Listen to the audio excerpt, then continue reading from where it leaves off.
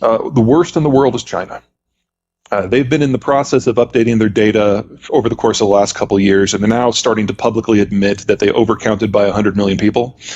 All of those people would have been born since one child, so age 40 and under, the young worker demographic, the childbearing demographic, and 2/3 of them are probably women. So best guess is that China only has 1.3 billion people now. The population probably peaked more than 10 years ago. And by 2030, there will be more retirees than workers. And by 2050, the entire population of China will have dropped below 650 million. That's wild. It's beyond terminal. Yeah, so the Chinese system collapses this decade for sure, assuming nothing else goes wrong. And there's plenty other competitors to put the bullet in China's head. Yeah, all the way from pre-industrial to post-industrial collapse in 45 years. Sure, well, there's two things. First of all, of course, is one child. Mao was concerned that they had a young upcoming generation after World War II that was going to eat the country alive. So they went to a two-child policy, ultimately to a one-child policy, and that was not loosened until 2015. But by that point, the damage was already done because there was a second factor. Remember, countries that industrialize later can follow the path of those who came before. They can skip some steps.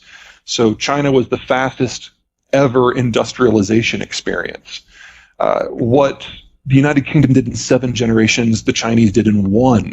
And so they crammed 7 generations of economic growth and development into 1. And that's why their growth rate has been so impressive. But you can only do that once. And now it's behind them. And now they have no children. And they have very few people under age 45.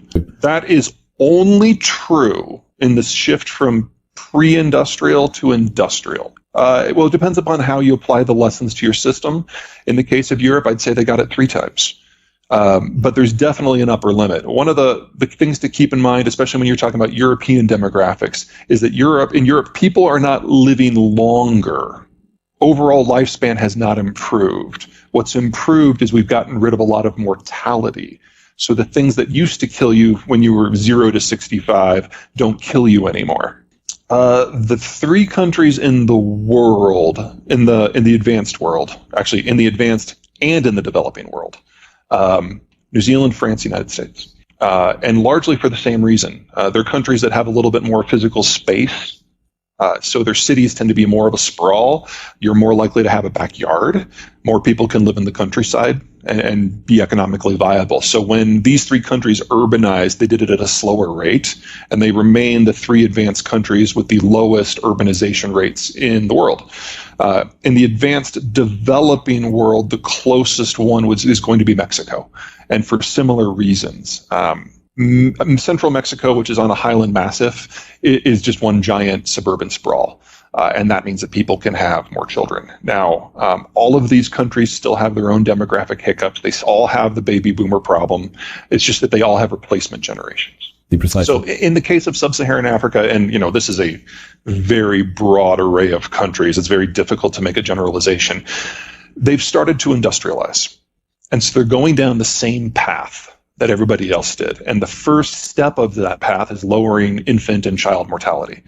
And so when 1 out of 3 children don't die, you have an explosion in your birth rate. But if you play that forward 10, 15 years, then you start having adjustments in family planning, and you get smaller and smaller families as urbanization kicks in.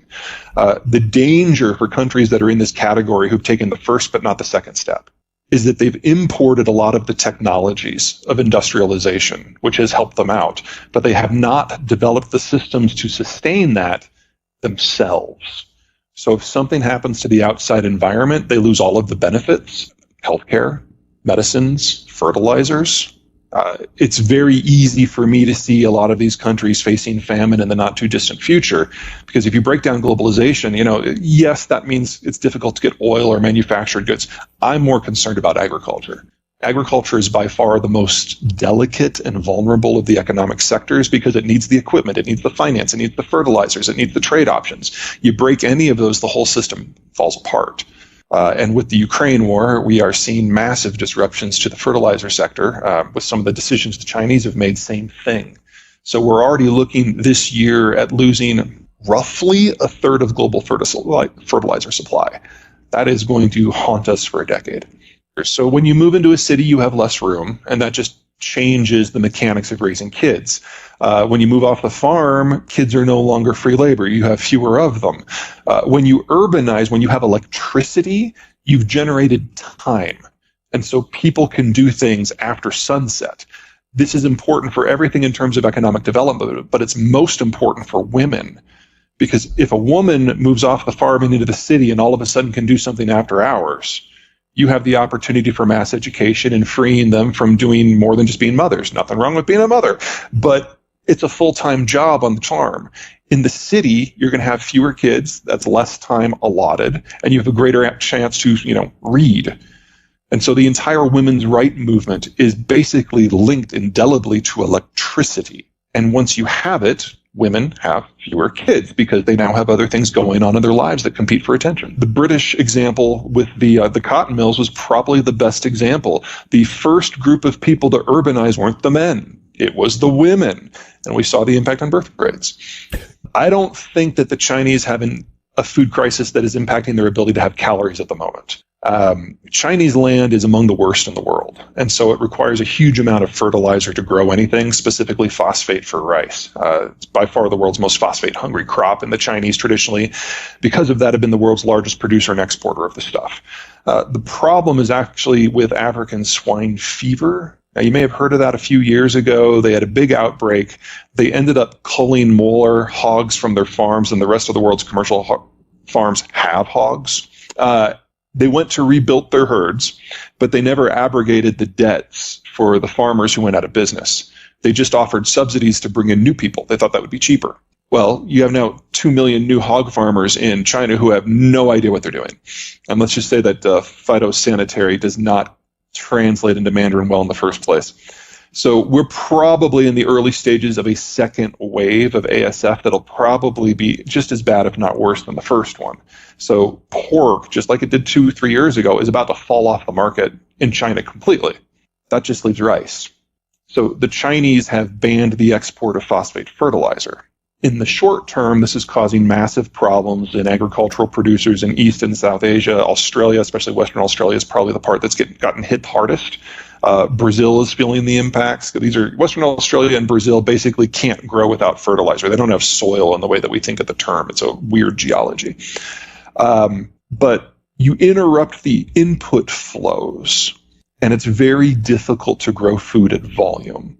And China, in the best of times, is on a razor's edge in terms of food sustainability, and they use about 3 to 6 times as much fertilizer as is used in the global average, just because their land is so poor. Luckily, phosphate they've got covered. They produce that themselves, but the nitrogen is all made with imported natural gas, and the phosphate, the potash, half of that comes from a different continent. So yeah, China, demographic collapse, unavoidable.